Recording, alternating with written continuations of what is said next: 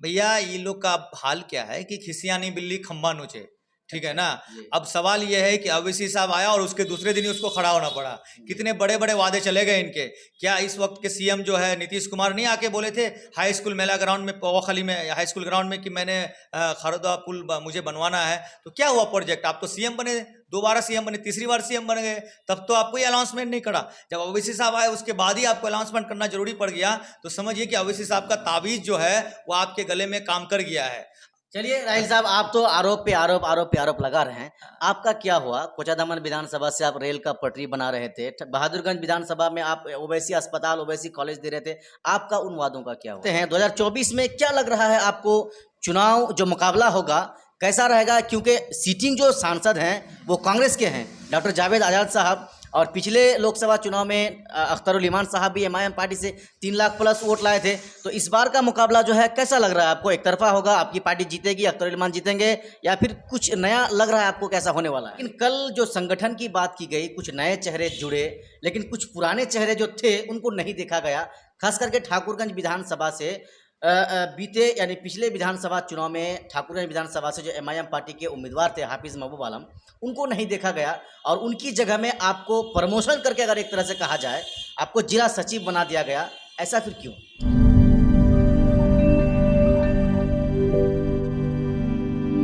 जय हिंद दोस्तों, मैं मोहम्मद असरारुल्लाह ग्रुप सद्दाम हुसैन और आप देख रहे हैं द असरारुल। दोस्तों, आज हम पहुंच चुके हैं एआईएमआईएम पार्टी के किशनगंज जिले के जिला सचिव राहिल अख्तर के पास। इनके पास हम आए हैं, 2-4 सवाल हम इनसे करेंगे और जानने की कोशिश करेंगे कि आखिर 2024 बहुत जल्द आने वाला है। लोकसभा का चुनाव का प्रचार और दूसरी पार्टियों की तरफ से कर दिया गया है।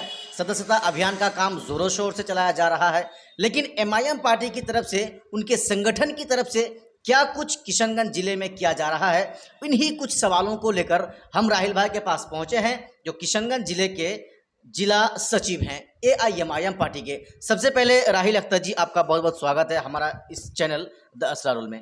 शुक्रिया आपका। बहुत दिन बाद आपसे मुलाकात हुई। उम्मीद करते हैं कि आपसे जो भी सवालात होंगे वो तमाम आवाम किशनगंज के देखेंगे इस चैनल के जरिए से। किशनगंज जिले में 2024 को देखता हुआ एमआईएम पार्टी की संगठन की तरफ से क्या कुछ नई रणनीति किया जा रहा है? देखिए, 2024 ही नहीं बल्कि जब से एमआईएम यहाँ पर आई है किशनगंज में, तब से पूरे बिहार में हम लोग संगठन पे जोर दे रहे हैं। और ये तमाम के तमाम आला अधिकारी तो जोर दे रहे हैं बिहार के लिए, लेकिन हम लोग जो है ख़ास करके किशनगंज के लिए बहुत जोर दिए हैं कि संगठन ज़्यादा से ज़्यादा मजबूत हो। पिछले चुनाव में जो हमको नुकसानात हुए हैं, और हम लोग इसको देखते हुए काम करते हैं कि आगे हमें ऐसा ना हो। और रही सवाल कि ठाकुरगंज की संगठन में कल जो है कुछ फेरबदल हुआ है, शायद ये खबर आपको हुई है। जी। तो ठाकुरगंज में हम लोग थोड़ा सा जो है काफ़ी संगठन के मामले में और ब्लॉक से जो है और विधानसभा से बहुत कमज़ोर थे हम लोग, लेकिन इसको जो है अभी फेरबदल किया गया है। अभी जो है नया ठाकुरगंज जो है सदर बनाए, हम लोग नए प्रखंड अध्यक्ष बनाए हैं, और उम्मीद करते हैं कि ये जो है थोड़ा सा ज़्यादा एक्टिव रहेंगे इस मामले में काम करने में। तो हम लोग नए संगठन ठाकुरगंज में फिर से विस्तार राहिल जी, जब कल की बात आ ही गई तो कल का ही एक सवाल हम आपसे करेंगे कि ठाकुरगंज विधानसभा को लेकर, इसके एमआईएम पार्टी के संगठन को लेकर बहुत जोर दिया जा रहा है, जैसा आपने कहा। लेकिन कल जो संगठन की बात की गई, कुछ नए चेहरे जुड़े, लेकिन कुछ पुराने चेहरे जो थे उनको नहीं देखा गया। खास करके ठाकुरगंज विधानसभा से बीते यानी पिछले विधानसभा चुनाव में ठाकुरगंज विधानसभा से जो एमआईएम पार्टी के उम्मीदवार थे हाफिज महबूब आलम, उनको नहीं देखा गया, और उनकी जगह में आपको प्रमोशन करके, अगर एक तरह से कहा जाए, आपको जिला सचिव बना दिया गया। ऐसा फिर क्यों? देखिए, पार्टी में चाहे कोई भी हो, चाहे वो क्या कहते हैं, बड़े पदाधिकारी हो या छोटे हो, कोई भी हो, आपको काम करने पर ही आपकी कीमत होगी, आपकी दाम होगी। जो सही बात है, आपने पहले भी कई बार देखा था कि एमआईएम जो है काम करने वालों की पहचान है। आप जितने काम करेंगे इलाके में, इलाके के लोगों के लिए, इलाके के लोगों के मसलों के लेकर काम करेंगे, तो आपके लिए ज़्यादा अच्छी बात है। और दूसरी बात, पार्टी भी सब पर नज़र है, पार्टी का भी नज़र है कि भाई पार्टी के लिए कौन काम कर रहा है, नहीं कर रहा है। हम लोग शुरू दिन से चाह रहे हैं कि हमारे हर एक ब्लॉक में, हर एक विधानसभा में हम लोगों का कार्यकर्ता और संगठन को है जो मजबूती मिले, और इसी का नतीजा है। आप लोगों ने देखा कि बहुत जल्दी जो है एमआईएम आकर के यहाँ जो है काफ़ी सफलता हासिल की है। एक और सवाल हम इसी के बारे में करेंगे, जिस तरह से हाफिज महबूब का कल के प्रोग्राम में ना होना, क्योंकि आप जिला सचिव हैं किशनगंज जिले के, तो एमआईएम पार्टी के किशनगंज जिले की बारीक से बारीक खबर को आप जानते हैं। क्या इस बात को माना जाए कि हाफिज महबूब साहब को, हालांकि कोई आधिकारिक घोषणा नहीं किया गया पार्टी की तरफ से, लेकिन क्या इस बात को माना जाए कि उसको पार्टी से कहीं ना कहीं दरकिनार या दूर रखा जा रहा है? अभी तो मुझे ऐसा कोई खबर नहीं है उनके विषय में, लेकिन ये बात सही है कि कल अचानक जो हम लोगों को पार्टी ऑफिस से कॉल आया तो हम लोग को जाना पड़ा।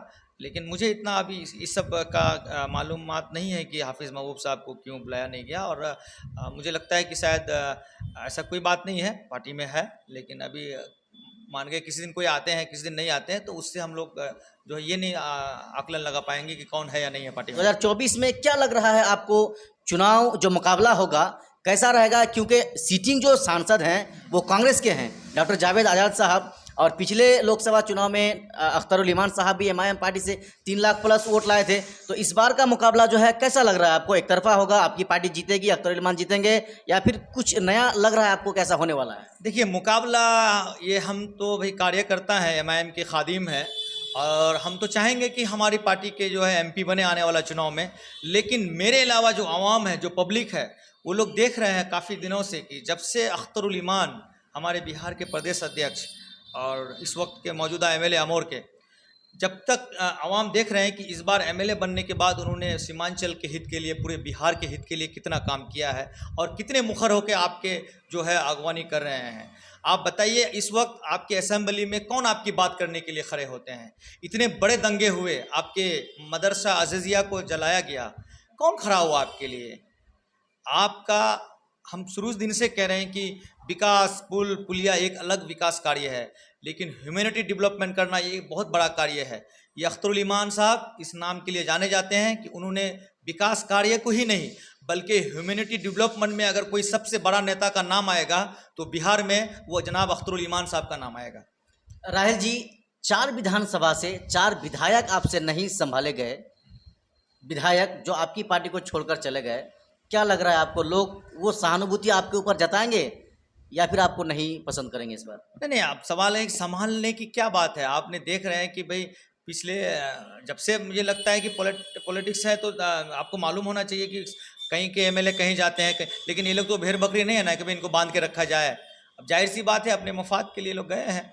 अब इसमें हम ज़्यादा बात करना नहीं चाहेंगे, इसमें हमारे आला अधिकारी है, वो लोग बात करेंगे कि क्यों गए लोग। और रही सवाल कि आने वाले वक्त में अगर गए हैं तो इनके लिए जनता जवाब देगी। हम लोग कौन होते हैं? हम लोग जो है, हम लोग तो अपनी बात रखते हैं, लेकिन इनके लिए जो है जनता थामे हुए हैं अपने मन को कि वक्त आने दीजिए, फिर उन लोगों को जवाब दिया जाएगा। 2024 में क्या कुछ नया है जो आपकी पार्टी की तरफ से किया जाएगा? क्योंकि ठाकुरगंज विधानसभा एक ऐसा विधानसभा है जहां से आपके उम्मीदवार को यहां से हार का सामना करना पड़ा था पिछले विधानसभा चुनाव में। लेकिन लोकसभा चुनाव में एमआईएम पार्टी की तरफ से देखा जा रहा है कि छोटे छोटे सदस्यता अभियान चलाया जा रहा है। लोगों को खुद अख्तरुल ईमान के हाथ, खुद उनके द्वारा ही लोगों को एमआईएम पार्टी में जोड़ा जा रहा है। अब तक एक अनुमान के तौर पर क्या लग रहा है, नए कितने सदस्य आप लोगों ने बनाया है एमआईएम पार्टी में?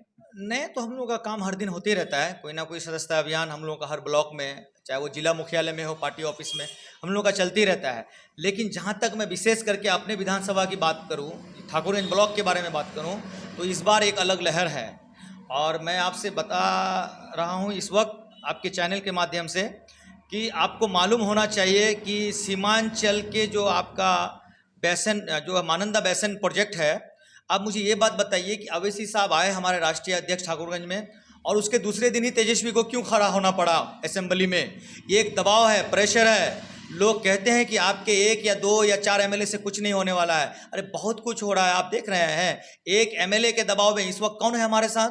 सभी आरजेडी में शामिल है, सिर्फ फ़कत अख्तरुल ईमान साहब है। लेकिन आप समझ सकते हैं कि एक अख्तरुल ईमान के दबाव में और अख्तरुल ईमान का कार्य से आपका डिप्टी सीएम इस वक्त के विधानसभा में खड़े होकर बोलना पड़ता है उनको कि मैंने महानंदा के लिए 200 करोड़ आवंटन जारी कर रहा हूँ या मैंने कैबिनेट से पास करवा रहा हूँ। तो आप समझ सकते हैं कि आपके लिए ताकत क्या रखते हैं वो अख्तरुल ईमान साहब। आप आवाम के लिए क्या चाहते हैं? वो उनका सब सपना है। आप जानते हैं कि ये मानंदा हो, चाहे वो खारदवा पुल हो, या आपका कहीं भी पुल पुलिया का मामला हो, चाहे वो खारी पुल हो, आप देख रहे हैं किस वक्त से लड़ रहे हैं वो अख्तर उल इमान। खड़खड़ी पुल की जब बात आई गई तो विपक्ष का कहना है, यानी महागठबंधन के नेताओं का कहना है, ये पहले से विधानसभा के अंदर चल रहा था, पास हुआ हुआ था।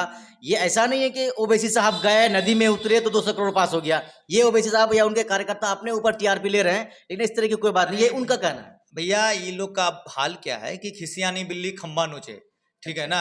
अब सवाल ये है कि ओवैसी साहब आया और उसके दूसरे दिन ही उसको खड़ा होना पड़ा। कितने बड़े बड़े वादे चले गए इनके। क्या इस वक्त के सीएम जो है नीतीश कुमार नहीं आके बोले थे हाई स्कूल मेला ग्राउंड में, पवाखली में हाई स्कूल ग्राउंड में, कि मैंने खारदवा पुल मुझे बनवाना है। तो क्या हुआ प्रोजेक्ट? आप तो सीएम बने, दोबारा सीएम बने, तीसरी बार सीएम बन गए, तब तो आपको ये अनाउंसमेंट नहीं करा। जब ओवैसी साहब आए उसके बाद ही आपको अनाउंसमेंट करना जरूरी पड़ गया। तो समझिए कि ओवैसी साहब का ताबीज जो है वो आपके गले में काम कर गया है। चलिए राहिल साहब, आप तो आरोप पे आरोप, आरोप पे आरोप लगा रहे हैं। आपका क्या हुआ? कोचाधामन विधानसभा से आप रेल का पटरी बना रहे थे, बहादुरगंज विधानसभा में आप ओवैसी अस्पताल, ओवैसी कॉलेज दे रहे थे, आपका उन वादों का क्या हुआ? नहीं नहीं, अब सवाल ये है कि उस वक्त के मैप के हिसाब से आज भी देखिए कोचाधामन में जो है जलालगढ़ रूट का, कि ये तस्लीम साहब का ये है उस वक्त का प्रोजेक्ट का, कि भाई कोचाधामन में रेलवे स्टेशन एक शो अप हो रहा है। उस वक्त के हिसाब से, मैप के हिसाब से देख करके जो बात हुई थी, और उसी को चुनावी सभा में रखा गया था। लेकिन अब ये बात हमारे जो आपका एमआईएम के हमारे कार्यकर्ता संतोष कुमार चौधरी रखा भी था एक दिन एफबी में, आप देखे होंगे सोशल मीडिया पे, कि मैप के हिसाब से आपका जलालगढ़ रूट का कोचाधामन में रेलवे स्टेशन शो कर रहा था, जिसकी वजह से वो जो है इन तकरीर में जो है ये बात बोला गया था। ओवैसी कॉलेज या ओवैसी अस्पताल ऐसा है जो खुद ओवैसी अपने फंड से बनाते हैं। यहाँ पे तो सरकार की कोई बात ही नहीं है। उसके फंड से जो वादे किए गए थे उसका क्या हुआ? ये कहा जा रहा है, आप ही के संतोष कुमार चौधरी की तरफ से ये कहा गया है कि ज़मीन को भी दे दिया गया है, मुहैया करा दिया गया है, अब बहुत जल्द काम शुरू होगा। क्या सही है? ये पार्टी के आला कमान को मालूम है, और बहुत जल्द जो है आपको खुशखबरी दिया जाएगा। और मैं उम्मीद करता हूँ कि लोकसभा इलेक्शन तक इंशाल्लाह उम्मीद करता हूँ कि कुछ ना कुछ खुशखबरी दिया जाएगा सीमांचल के हित के लिए। जाते जाते एक सवाल और लास्ट सवाल, किशनगंज जिला में लोकसभा चुनाव 2024 में क्या लग रहा है आपको? क्योंकि यहाँ पर गठबंधन के 2 उम्मीदवार हैं जो लड़ाई कर रहे हैं टिकट के लिए। एक तरफ मास्टर मुजाहिद आलम साहब हैं, दूसरी तरफ खुद स्वयं सांसद जी हैं, तीसरी तरफ एमआईएम पार्टी के उम्मीदवार अख्तर उल इमान हैं। क्या लग रहा है आपको? ये जो 4 विधायक चले गए, उन चारों विधानसभा से आप उम्मीद लगाए हैं वोटों का?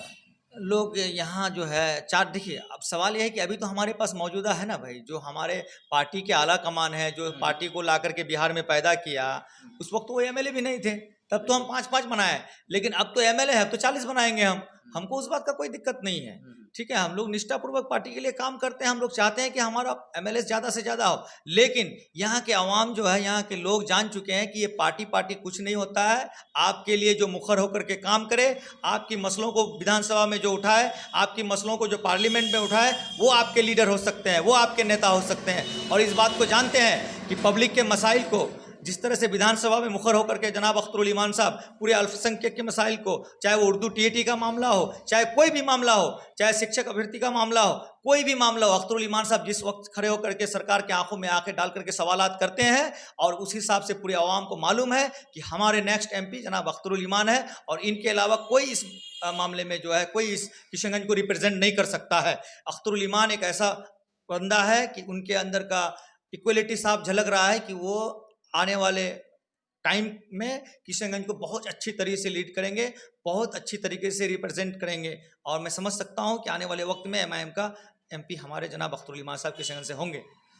एक सवाल, हम सिर्फ एक सवाल करेंगे ओवैसी साहब के एक शब्द को लेकर। ओवैसी साहब खुद बैरिस्टर हैं, लंदन से पढ़कर वो बैरिस्टर बने हैं, लेकिन पिछले 18 और 19 मार्च को जो ओवैसी साहब का किशनगंज में जो 2 दिन का दौरा था, जिसमें वो खड़खड़े पुल में जो नदी में उतरे थे, उस दौरान लोहागड़ा में उनका एक प्रोग्राम हुआ था, जिसमें उन्होंने कहा था कि ये चारों ये अपने बाप की वजह से नहीं जीते थे।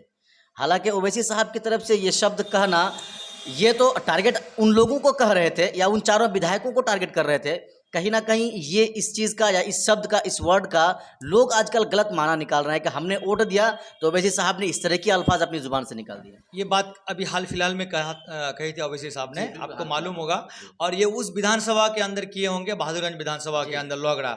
मैं आपको बताना चाहता हूं सद्दाम भाई, आपके इस चैनल के माध्यम से, जब 2019 के लोकसभा इलेक्शन हुए थे तो बहादुरगंज विधानसभा में अख्तर उल इमान को 70,000 वोट मिले थे। तभी हम लोग जान चुके थे कि हमारे नेक्स्ट टाइम में यहाँ एमएलए बनना तय है।